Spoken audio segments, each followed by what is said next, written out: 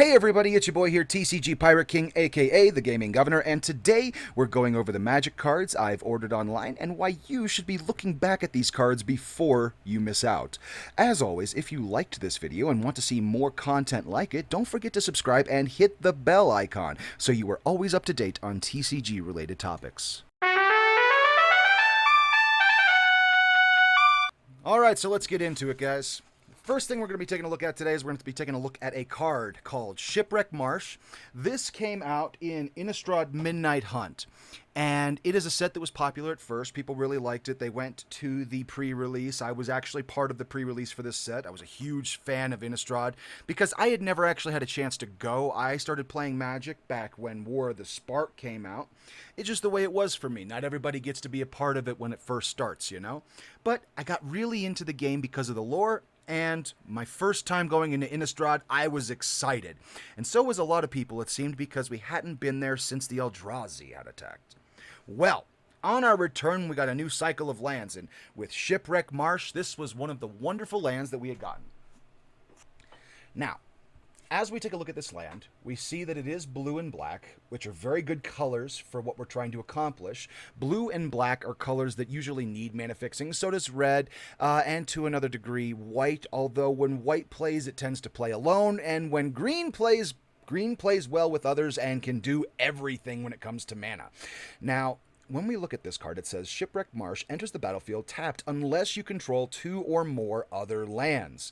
So, when we think about our hand at the beginning of the game, and there is mulligan rule that says you can go to the second hand and you don't have to discard any hands. Then you can mulligan again and you can go to your third hand, and your third hand is going to say you have to discard 1 card. So you're down to 6. But you mean to tell me that in those first 3 hands that you cycled through, you didn't get 3 lands? You're either having bad luck and need to start over again, or you're having a bad deck and you need to rebuild it again. You want a minimum of 3 lands in your opening hand, and you know that. So, if you have Shipwreck Marsh in your hand and 2 other lands, this card's going to come in untapped every single time, and it's going to give you the colors you're looking for in a 2 or 3 color deck. Now, do I recommend playing a card like this in a 5 color deck? I do not. At that point, there are better cards to play. I could arguably say play it in a 4 color, but since most Commander decks, and I am using Commander format for a lot of my data because it is the most popular format, a lot of my data shows that 3 color decks and 2 color decks are the most common, and this is a wonderful card for your deck building. Now, the reason why I think it's a good investment. Now, I'm not saying that you need to go out and buy it. It is entirely up to you how you spend your money. I cannot force you to do anything with it. But if you were in the mood to pick up a borderless land and you didn't, say, have the money for a $30 one, and you looked at this and you said, wow, not only is it playable, but it's only $5.97. Well, here's the thing that I find interesting about this card in particular when you compare it to another card from its cycle. We're going to go up here and we're going to type in Haunted Ridge. And the thing about Haunted Ridge is that Haunted Ridge is actually the red-black version of this card. The regular version of Haunted Ridge is sitting at $13.30, and you can see how this card has gone up in value just as Shipwreck Marsh went down in value. And if we look at the borderless version of the card, it is only 40 cents more at $13.73. But here's the thing I ask you. Over time, will Haunted Ridge continue to outperform Shipwreck Marsh by more than double? I personally don't think so. And here's the reasoning behind that. When I come to EDH Rec, which again I like to use Commander data in my work, I'm going to type in Shipwreck Marsh. And when I do, I'm going to find out exactly how many decks it is in. Now, it could go into a total of 261,808 decks, and it is only in 18% of the decks that it could go into. However, when we just look at the decks it's in, it is in 46,680 decks. 46,000. That seems like a large number, and yet it's only being appraised, and look at this, at $2.72 for the regular copy. When I go to Haunted Ridge, however, And remember, let's keep that 46,600, we'll call it 46,007 in mind. And yet Haunted Ridge is at 37.9. Haunted Ridge is in nearly 10,000 less decks, and yet it is more than double the value that Shipwreck Marsh is being appraised at right now. And I ask you, why is that? Is it because the money has moved on? Is it because we're now on Double Masters? And I think that's a good segue into talking about other cards at this point, because this is exactly why I recommend some of the cards I'm about to recommend, is the same research that I'm employing now. And I'll show you when I get some of those cards in. Now, as we move on, let's take a look here. The next card I'd like to show you, I was able to get in, is Suleimans Legacy. This is a card that came recommended to me by MTG Market. This is a card from the reserve list. It is an enchantment that costs red and a white.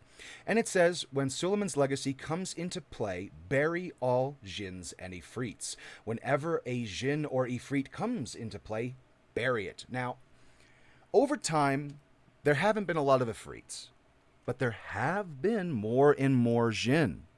And Djinn can become a popular tribe. It has the genie from Aladdin. It has all kinds of these little cool things that people like wishing mechanics where you get to get cards and tutor from your deck and outside the deck. Djinns can be fun. So, what if Djinns become good? They're printing more and more all the time. And this could be the kind of card that is a hate bear for that tribal that could see more value, especially being a reserve list card. A reserve list card that, let's actually take a look at the value and see where it's sitting. We're going to look at Suleimans Legacy. Now, this card is currently sitting at $3.34. I can remember picking mine up at $2.73. So it is going back up, and you can see that it did have a little bit of an uptick here at the beginning. We're actually going to bring that up a bit. It has started to climb back up. However, it has come down from the $15 mark. It even wanted to hit the $150 mark for a moment. It was being appraised in the average market. A card like this being on the reserve list, it is always possible for it to go back up. And when you think about other cards that are like it, for example, dragons have always been a problem. They are very powerful, and now with the new sets, Adventures of the Forgotten Realms, and also Baldur's Gate, there are so many more dragons in the formats that a card like another card that hates off of dragons that says bury dragons, destroy dragons. We have been seeing all over the history of Magic cards like those starting to tick up in price. Cards that steal dragons, cards that affect only dragons have started to become $10, $20 cards just because dragons are being played as a tribe. Well, now what if this happens with Djinns? This is also on the reserve list, but we're going to move on. Another card that I was able to bring in was Tatsunari Toad Rider. This is an inexpensive card. I was able to pick it up for $1.24, and I've seen it as low as 86 cents in near mint. It has gone down even more since I ordered it. And I kind of just really liked the artwork. It is anime styled, and it kind of reminds me of Naruto. I like the colors in it. I'm kind of a sucker for a dark backdrop with neon colors, kind of like black lighty kind of colors. So this is something that's really cool. It jazzes with me, especially because I like Sultai as a color, and I also like Enchantress decks. I just don't get a chance to build them very often. I don't think I'll be playing this card as a commander anytime soon, but if I do decide I have it, and if I ever do build an Enchantress deck in Sultai, he can either be the pilot or he can sit in the 99. Similarly to him, I did also pick up Grand Arbiter Augustine IV from Double Masters. For a similar reason, I liked the colors. These are exactly the kind of colors that I do like to get in artwork, and this was from Double Masters. Just wanted to get my hands on a copy.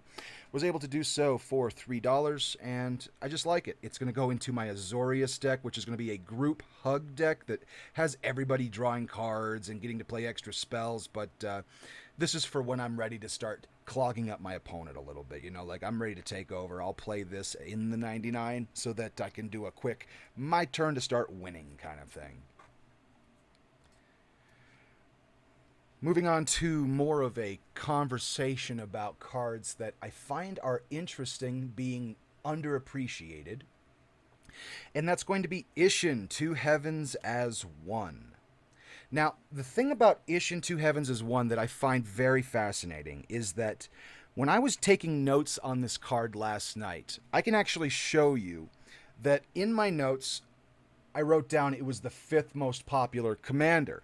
And yet, lo and behold, just overnight on the EDHREC webpage, it has gone up to 4th most popular commander.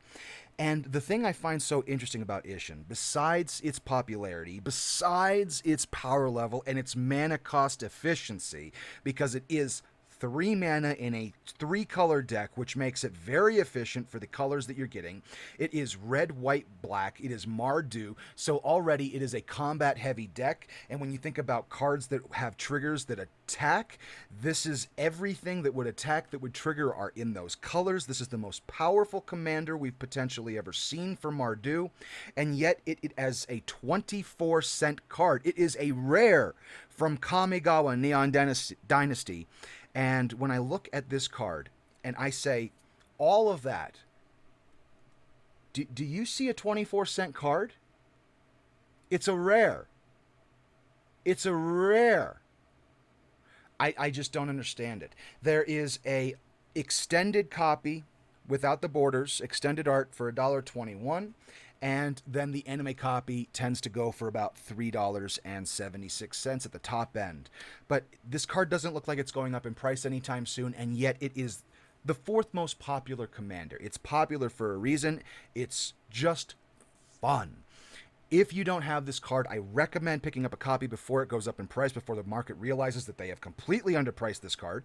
I recommend you get at least one just so that you can play with it, you can have a little bit of fun with it, and maybe deck brew with it later in the future. Let's see here. Oh, and don't forget to pair that card with Myriad. It will get nutty. So we're going to take a look at the next card that came in. Let's see here. Another card that I find is being completely underappreciated is a card from Streets of New Capenna, but it might as well be called Secrets of New Capenna because I don't think people are really looking at half the cards in the sets anymore. I think that there are so many cards that just go away. And then when people realize that, that's a good card, it's too late by then. Now, this was a card that was printed specifically in the Commander decks for Streets of New Capenna. Of course, there is the extended art copy that came in the collector sets. But this is a card that I always recommend, at least I'm going to start recommending, because I love what it does, and it is so cheap right now. I cannot believe cards like these effects are just going for so little. But let's take a look at the card. It's called Family's Favor. It is 2 and a green for an enchantment, so this is going to stick around for a little while. And it says, whenever you attack, put a shield counter on target attacking creature. So a shield counter, I'd like to remind you, if a creature with a shield counter on it would be dealt damage or destroyed, remove a shield counter from it instead. So this is temporary. It is counter form indestructible. You just have to remove the indestructible counter after the first damage has been dealt. Until end of turn, it gains whenever this creature deals combat damage to a player, remove a shield counter from it. If you do, draw a card. Now, when I look at this card, I think in this one card slot, in a 99 card deck in Commander, in this one card slot, you have both field protection for your creatures and draw power for only turn 3 mana. Now, I know you can't play this in the Mardu deck from earlier, but if we were to put this in a 4 or 5 color deck, and we were to say, do these 4 colors together, what you would now have is an example of why Ishin is so good and why Family's Favor is so good.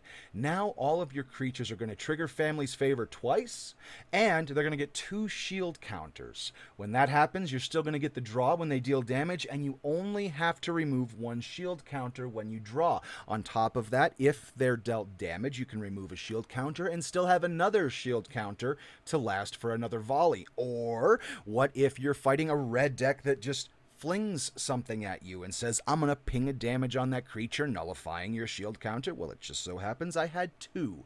And since they do not leave at the end of the turn, they just stick around until you take that damage. Any creatures that still have shield counters when you go into another attacking step, and this could be triggered from multiple combat triggers, or maybe you just got around to your turn again, you can continue to accrue these shield counters. And it's proliferatable. There we go. That was a word. Man, tricked myself up for a moment.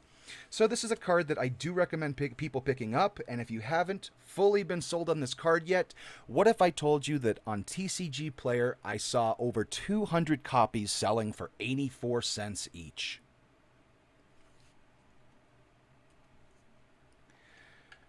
Next on our list, cards that came in the mail recently that I ordered, I did pick up Rockfall Veil. Now, these are cards that I mostly picked up for deck building. They were the cheapest of the land cycle from Innistrad Midnight Hunt. They are Gruul in nature, and they are still the control 2 or more lands. They come in untapped.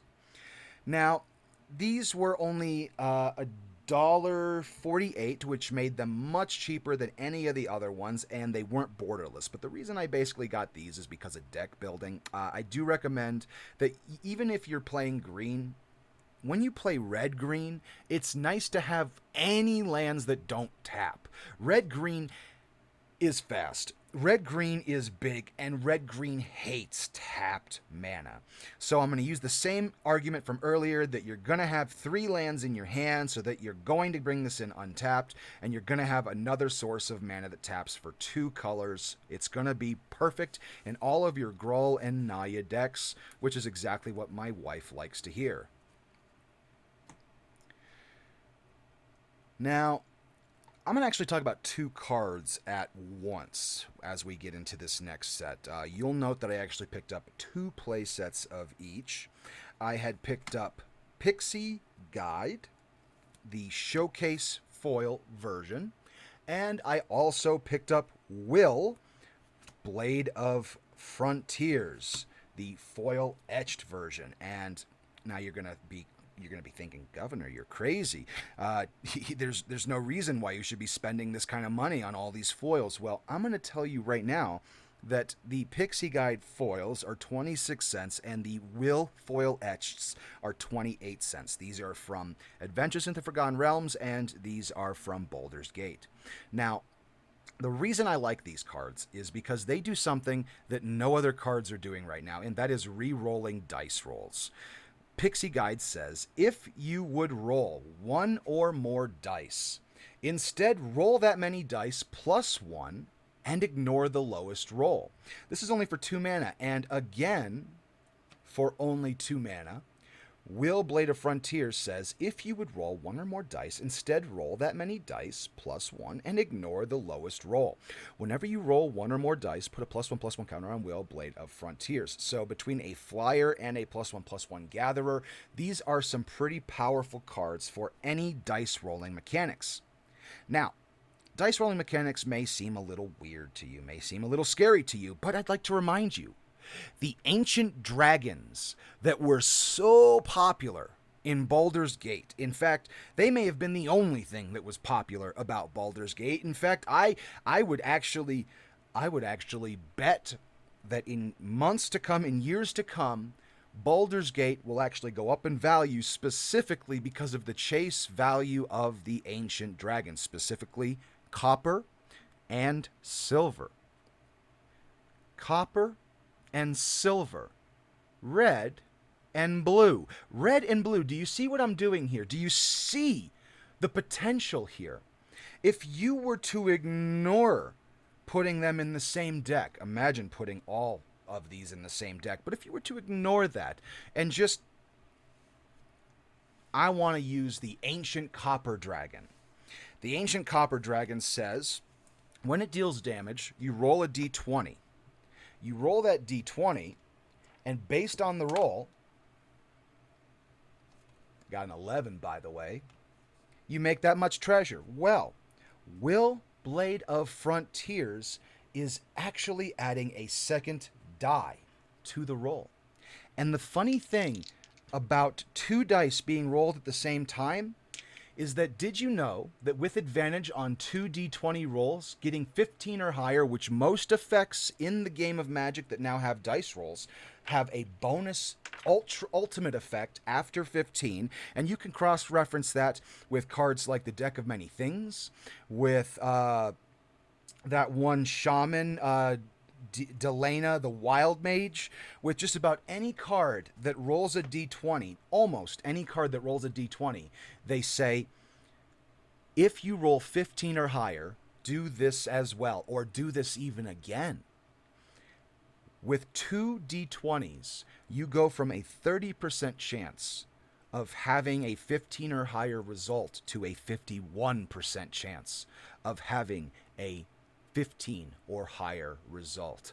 And if you were to put Will and Pixie Guide into your decks, and you were to attack with that Ancient Copper Dragon, you would be hitting with an average of more than 65% chance of getting a 15 or higher on one of those 3 rolls.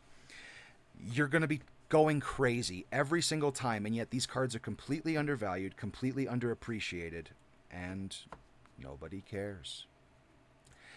Now, this next card, this was a Pirate After Treasure. I'm not going to lie. This was specifically borderless and foil. This was a very cheap card.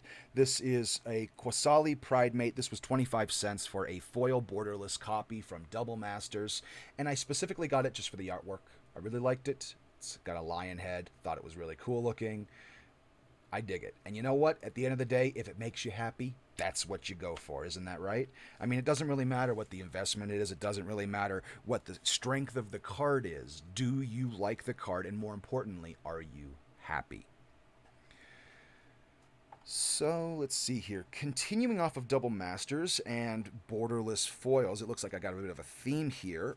I was also able to pick up Burning Tree Emissary, which is another card that I really liked from that set.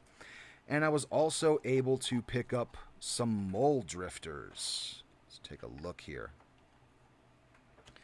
6 Mole Drifters and 4 Burning Tree Emissaries.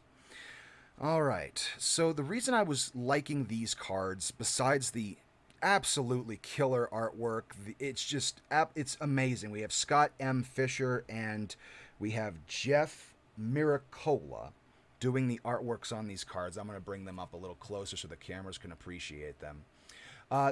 Mole Drifters specifically is a card that is in so many decks that I obviously will get a lot of enjoyment out of this. Oops, sorry, I hit the mic.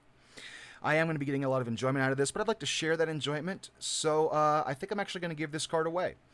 So if you are a subscriber to this channel and you've made it to this part in the video and you've been watching the whole video, make sure you're a subscriber first, leave a like on this video, and comment down below under the video what your favorite card was, artwork-wise, from the new Double Masters set that just came out, Double Masters 2022.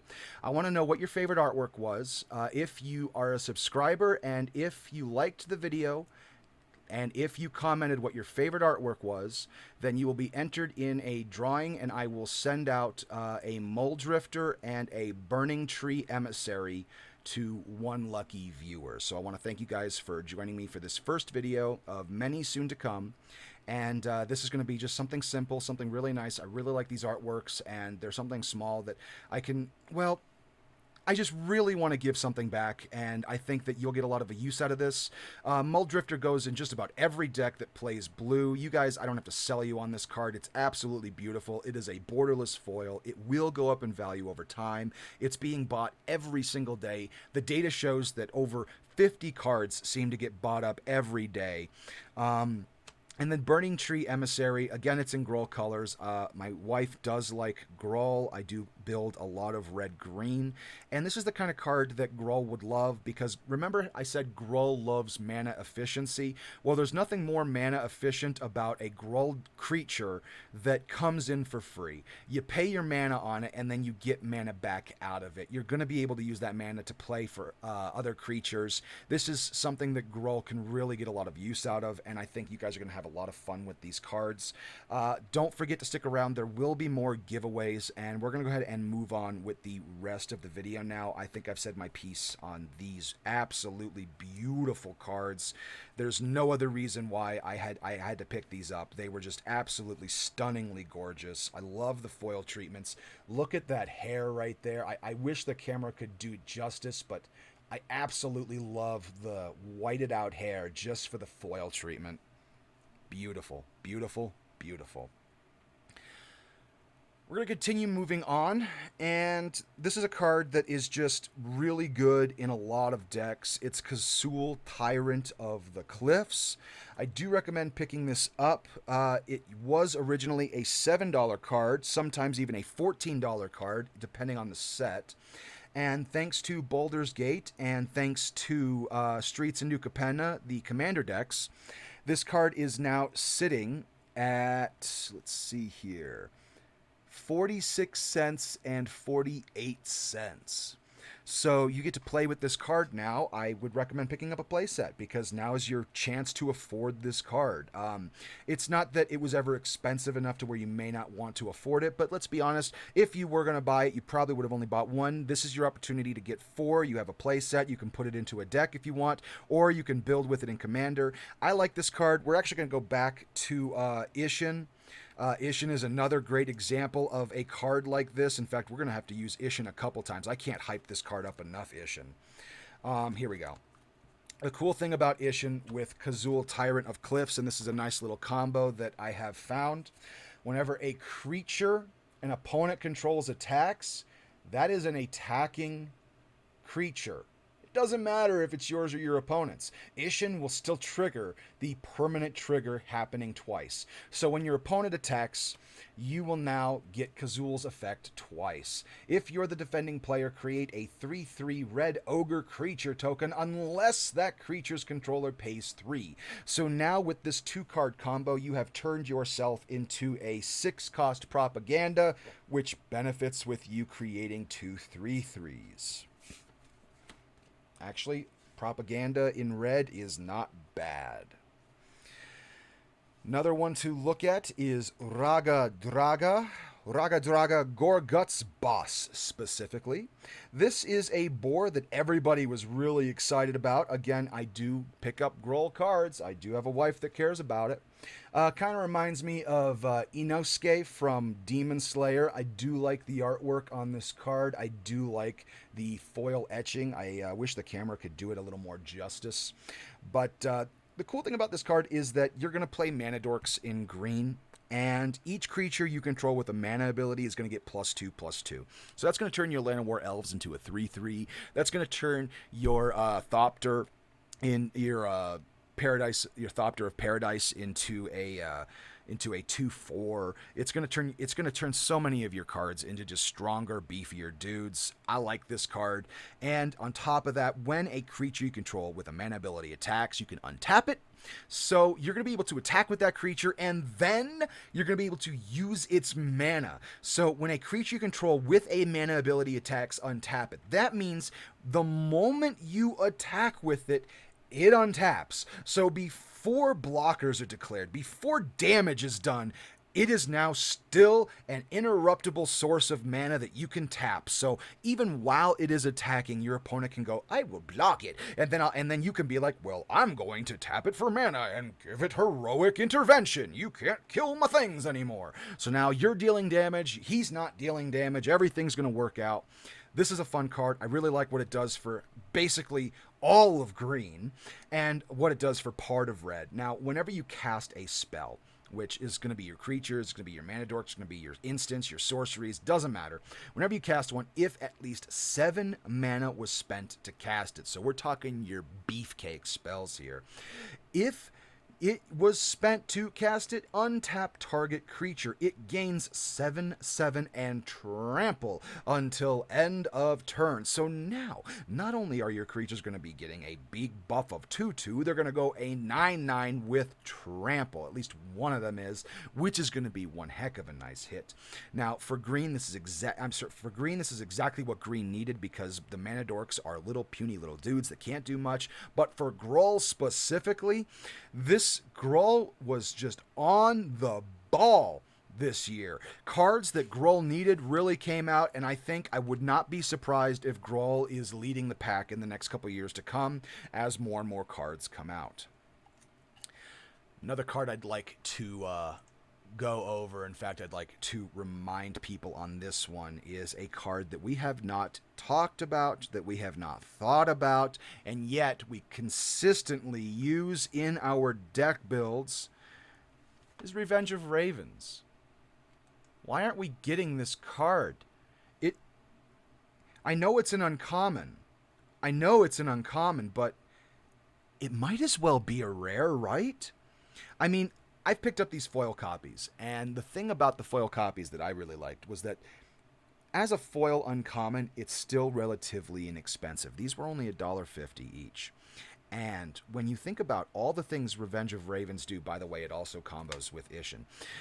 When you think of all the things that Revenge of Ravens do, this is Black's version of propaganda. Whenever a creature attacks you, that's each creature. You got that Gruul person over there attacking you with 6 people.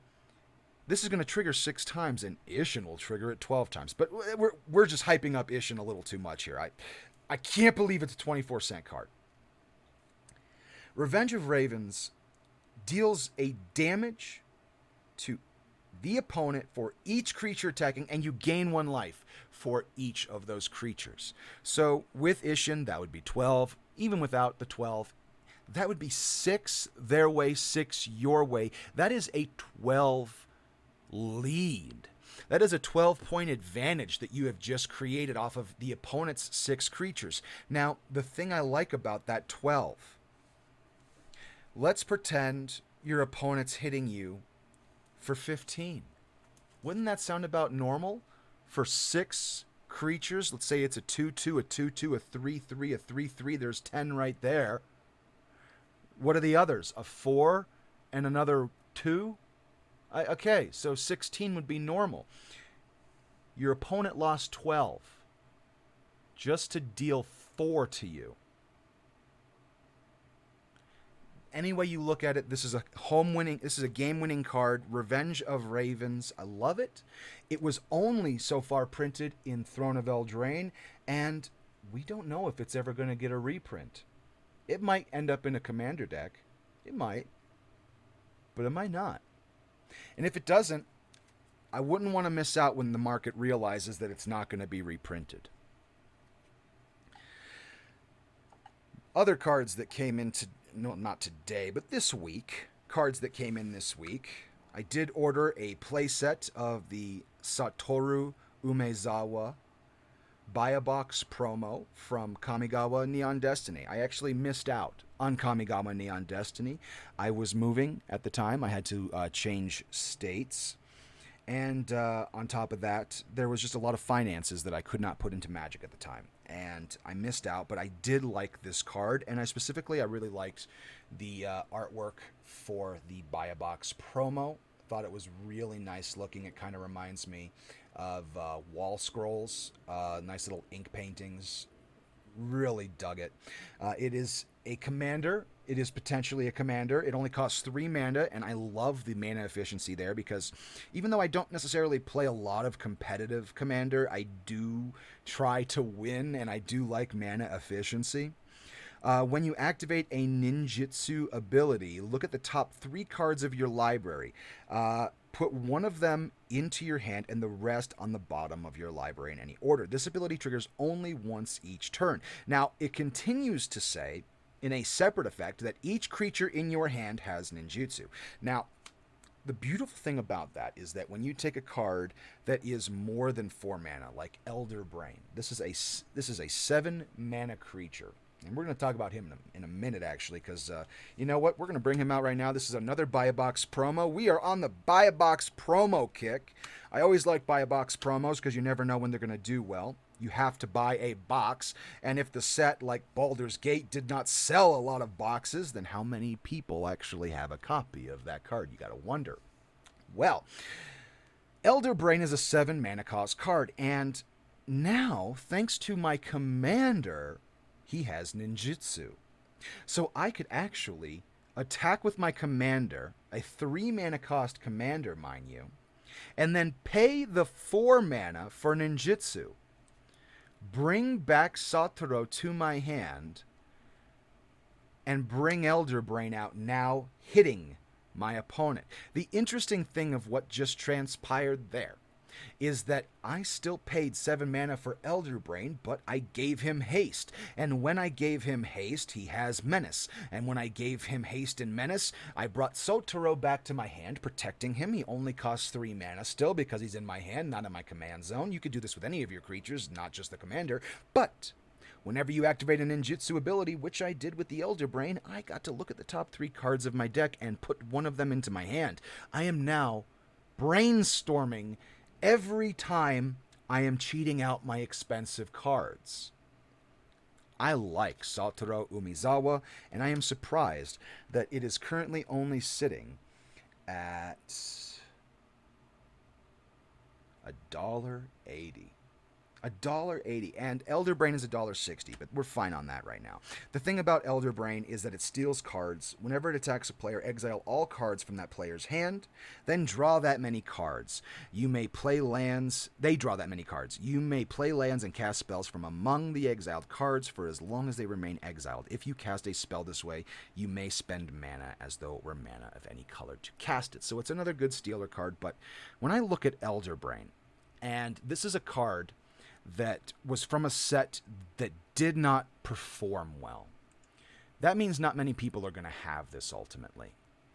And when I think about what it was originally pre-ordering at and all the sales of it being appraised at $50, look at this. It was averaging at $50, $50, $50, $50. These are sales. People were purchasing the card at $50 on a pre-order.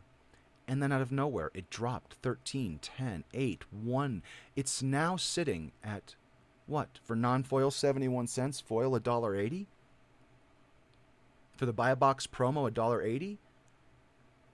I would not miss this card, guys. This is the kind of card that if you don't pick it up now, it could easily become a 20, 30. It may even go back to being a $40 card when all said is done. So these are just my thoughts on some of the cards. Moving on, and we're going to continue with cards that I think people are missing.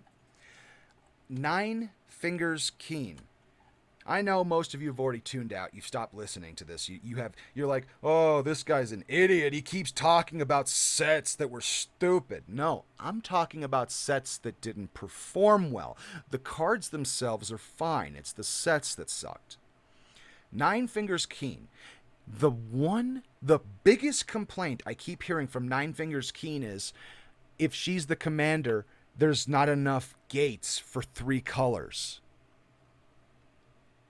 That is the silliest argument I've ever seen for this character.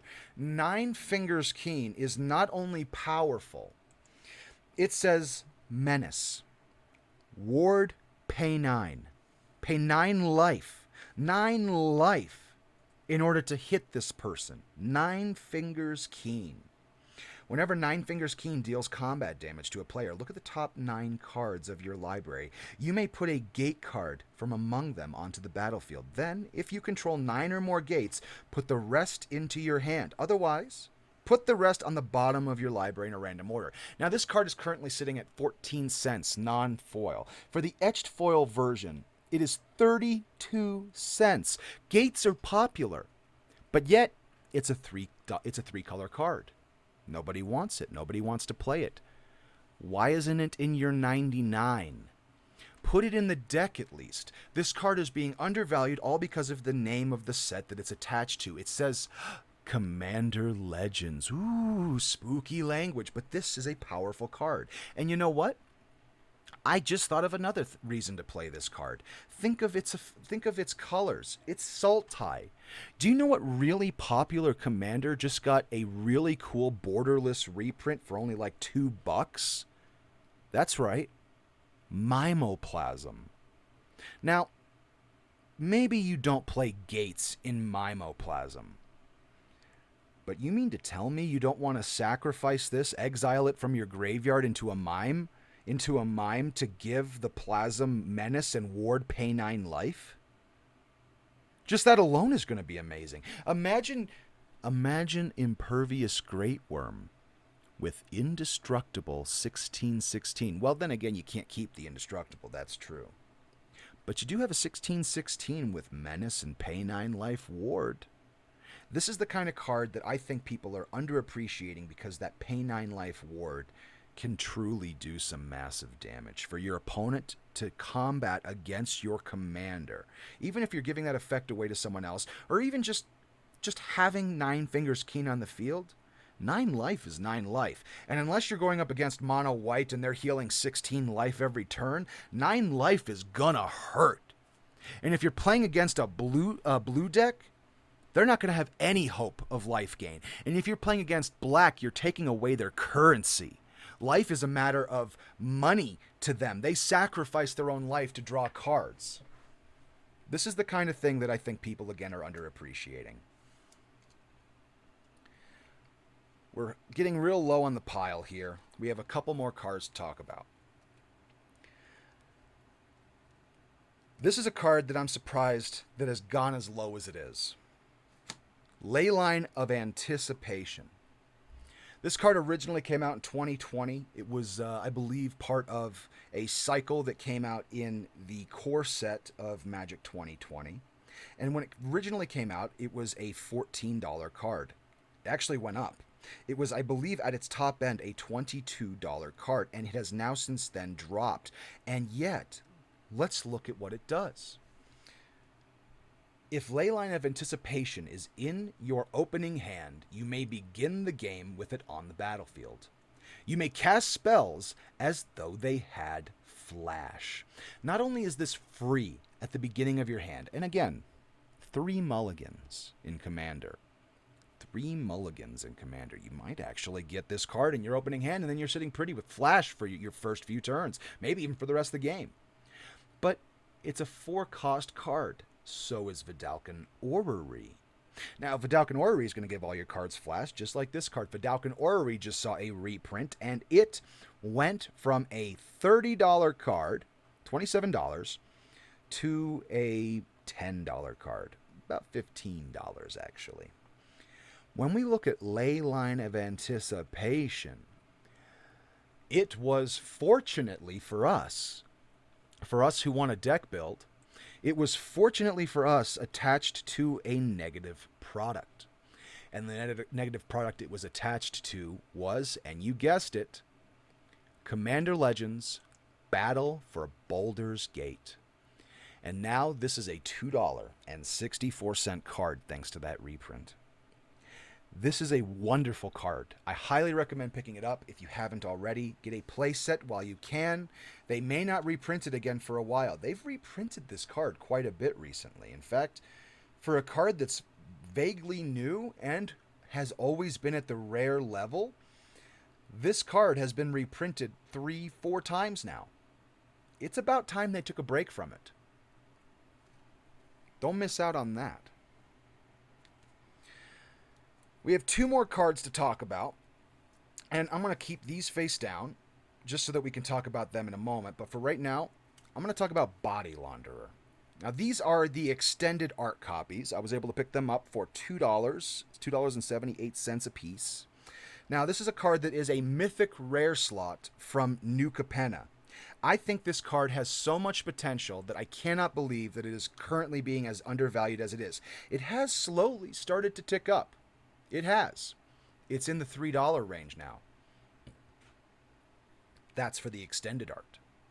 But you can get this copy as low as $1.81, non-extended. I myself I've picked up 1 more because I wanted a play set. This is the kind of card that I think people should be picking up and looking at. It's from Streets of New Capenna. It's a card that people are ignoring because it's a set that people have moved on from. But for 2 and 2 black mana, this can still fit in a 2-color deck. Heck, I argue it could fit in a 3-color deck.